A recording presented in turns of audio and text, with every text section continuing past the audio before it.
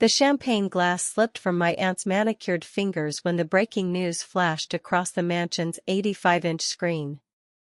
Ella Montgomery becomes country's youngest billionaire at 24. But just 30 minutes earlier, they were all laughing at me for being the family failure. Full story script, 2,980 words. The champagne glass slipped from my aunt's manicured fingers when the breaking news flashed across the mansion's 85-inch screen. Ella Montgomery becomes country's youngest billionaire at 24. But just 30 minutes earlier, they were all laughing at me for being the family failure. I'm Ella Montgomery, and this is the story of how one family party turned into the most satisfying revenge of my life. Trust me, what happened next will make you question everything you think you know about success, family, and the power of keeping your mouth shut at exactly the right moment. Let me take you back to where this all began. Picture the Westfield estate, not just a house, but a monument to old money. Marble columns that reached toward crystal chandeliers, gardens that required a team of 12 landscapers, and a wine cellar worth more than most people's homes.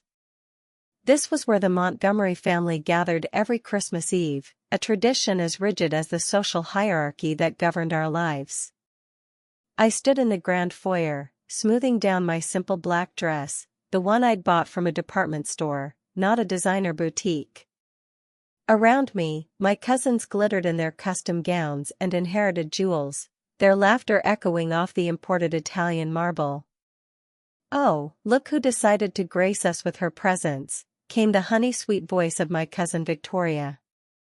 At 26, she was everything the Montgomery family valued, married to a hedge fund prince, dripping in Cartier, and utterly convinced of her own superiority. She air-kissed my cheeks, her Hermès perfume overwhelming. "Ella, darling, still living in that tiny apartment downtown? How quaint." Before I could respond, my Uncle Richard joined us, his Armani suit perfectly tailored, his smile sharp as a blade. "Victoria, don't tease your cousin. Not everyone can be blessed with business acumen." He patted my shoulder condescendingly. "Some people are just meant for simpler lives. If only they knew what was coming." The evening progressed like a carefully choreographed ballet of passive aggression. In the drawing room, beneath oil paintings of Montgomery ancestors, the family's annual tradition of success sharing began. One by one, each family member stood to announce their year's achievements. Cousin James, 28 and insufferably smug, raised his crystal tumbler. "This year, I closed the Henderson merger. 30 million in profit for the firm." Polite applause rippled through the room.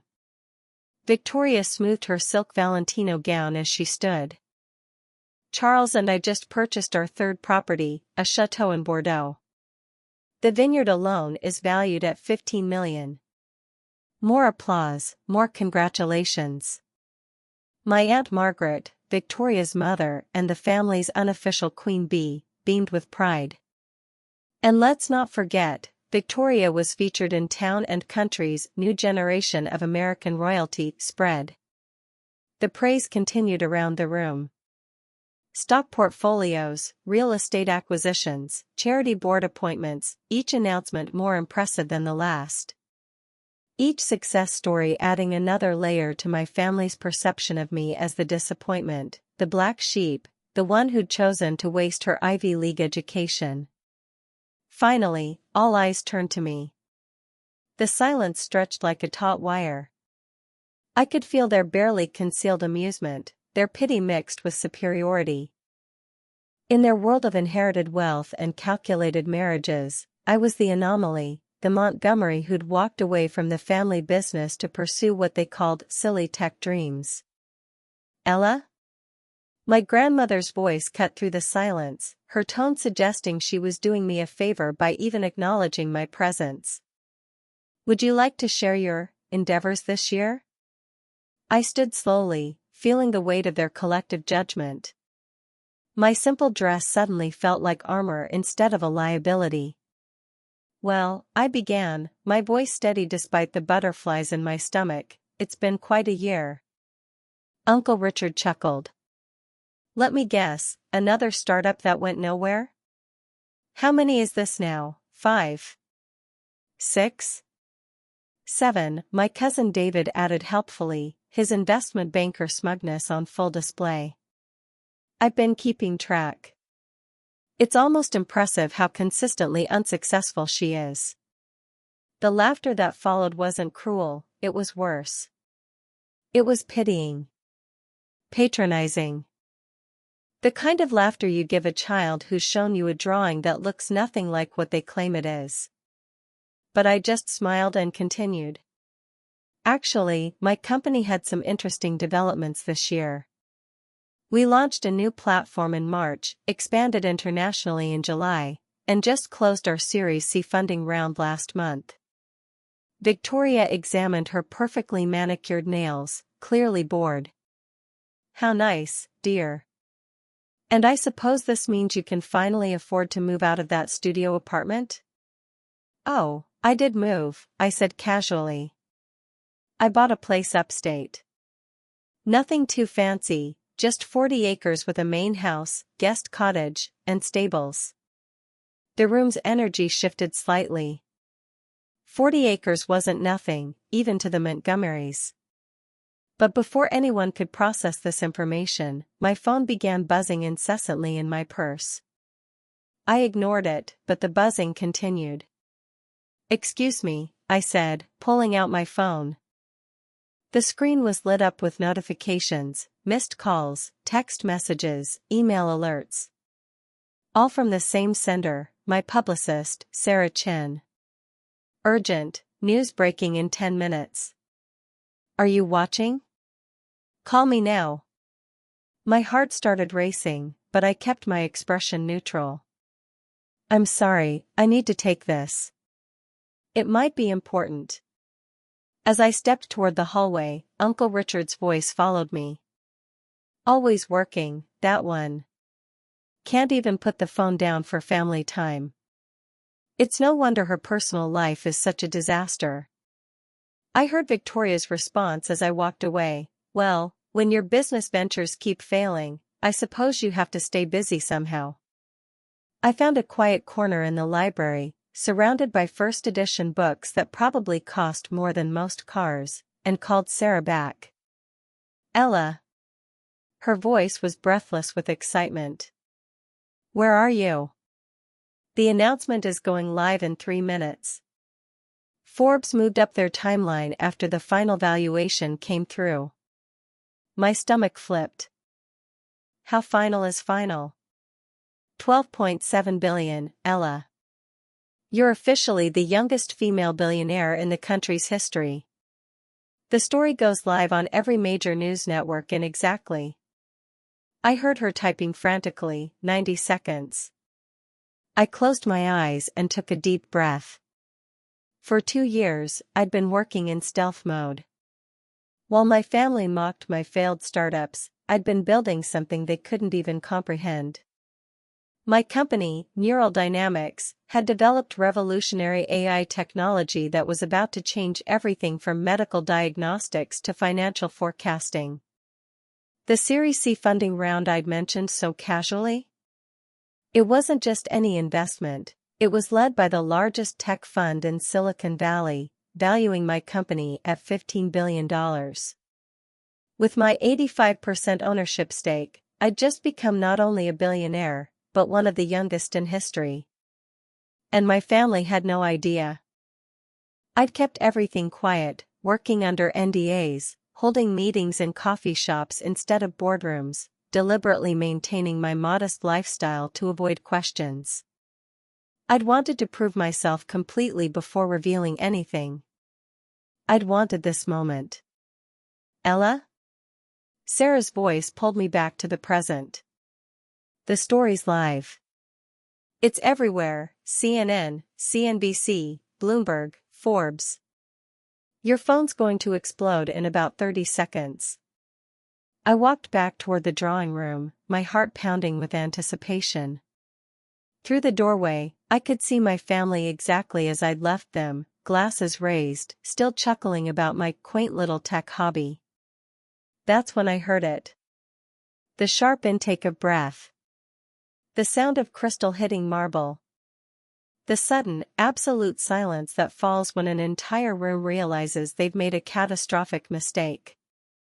The mansion's massive television, usually tuned to some mindless holiday programming, was now displaying my face alongside the breaking news banner. Ella Montgomery, 24, becomes youngest female billionaire in U.S. history. The news anchor's voice filled the silence. In an unprecedented move, Neural Dynamics, the artificial intelligence company founded by Montgomery in her Harvard dorm room, has secured $15 billion in Series C funding, making the 24-year-old Harvard Business School graduate the youngest female billionaire in American history. You could have heard a pin drop. I stepped back into the room, my phone now buzzing so violently it sounded like a swarm of bees. Every face was frozen in shock, their champagne glasses suspended halfway to their lips, their expressions cycling through disbelief, embarrassment, and dawning horror. Victoria was the first to break. Her voice came out as a squeak. Ella? Is that really you on the television? I glanced at the screen, where they were now showing footage from last month's TechCrunch conference, me, in a sharp business suit, presenting Neural Dynamics' latest breakthrough to a packed auditorium of investors and tech leaders. Oh, that old thing? I said casually, settling back into my chair as if we were discussing the weather. Yes, that's me. Though I think they got my age wrong, I turned 24 last month, not 23. The silence stretched until Uncle Richard finally found his voice. Ella, your company, $15 billion? He looked like he'd been struck by lightning. Actually, the company's valued at $15 billion, but my personal net worth is closer to $12.7 billion. Something about liquid assets versus company valuation. Honestly, the accountants handle most of those details. My grandmother, the unflappable matriarch who'd never shown surprise at anything in her 82 years, was staring at me like I'd just announced I was from Mars. Cousin James was the first to fully grasp what had happened. Wait, he said, his investment banker brain finally processing the numbers. If your company is worth $15 billion, and you own 85%. He trailed off, doing the math. 87%, actually, I corrected gently. I retained more equity in the last round than originally planned.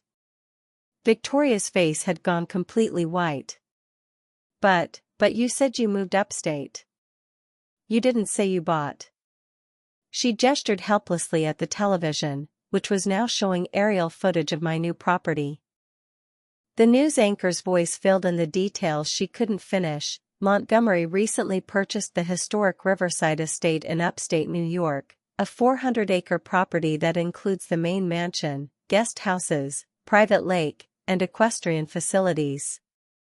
The property, which reportedly cost $65 million, will serve as Neural Dynamics' new research and development headquarters. The room erupted in chaos. $65 million? 400 acres? Ella, why didn't you tell us? When did this happen? How long have you been? I raised my hand, and incredibly, they all fell silent. I didn't tell you, I said, my voice carrying a new authority that seemed to surprise even me, because for the past 2 years, every time I mentioned my work, you laughed. Every family gathering, every phone call, every conversation, you made it clear that you thought I was wasting my time, my education, my life. Victoria opened her mouth to protest, but I continued. Do you remember last Christmas, Victoria? When you said I should give up on playing entrepreneur and marry someone successful instead? Or Uncle Richard's advice that I should come work as your assistant to learn how real business works? The shame on their faces was almost palpable. My phone rang, the special ringtone I'd set for important calls. I glanced at the screen, White House Communications Office. "Excuse me," I said, answering professionally. "This is Ella Montgomery." "Ms. Montgomery, this is Jennifer Walsh from the White House Communications Office. The President would like to congratulate you personally on your achievement and discuss neural dynamics' potential applications for national cybersecurity. Would you be available for a call tomorrow morning?" I could feel 30 pairs of eyes burning into me as I scheduled a call with the President of the United States like it was a routine Tuesday meeting. When I hung up, Aunt Margaret finally found her voice. "Ella, sweetheart, we had no idea. If you had just told us about the scope of your success." "I did tell you," I interrupted, my tone still pleasant but with an edge of steel. "I told you I was working on artificial intelligence. I told you about the patents, the funding rounds, the partnerships. You just weren't listening." Uncle Richard cleared his throat uncomfortably. "Well, of course we're proud of you now. Family is family, after all." That's when I decided to drop the real bomb.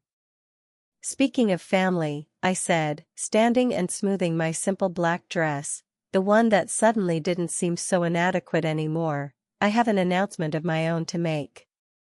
I pulled out my phone and showed them a document I'd been carrying around for weeks, waiting for the right moment. "I've decided to establish the Montgomery Family Foundation," I said, watching their faces light up with greedy anticipation. "A charitable organization dedicated to supporting young entrepreneurs who come from families that don't believe in their dreams." The light in their eyes dimmed slightly. "The foundation will be funded with $2 billion from my personal fortune," I continued. "It will provide grants, mentorship, and resources to people who've been told they're not good enough, smart enough, or worthy enough to succeed." Victoria forced a smile. "That's wonderful, Ella. And I'm sure the family can help you identify worthy candidates." "Actually," I interrupted, "the foundation will be completely independent. In fact, to ensure there's no conflict of interest, I've decided that no Montgomery family members will be eligible for grants, board positions, or employment with the foundation." The silence was deafening. "But Ella," my grandmother said carefully, "surely you don't mean to exclude your own family from—" "I mean exactly that," I said, my voice firm but not unkind. "For 2 years, you've made it clear that you don't believe in supporting unproven ventures or risky dreams.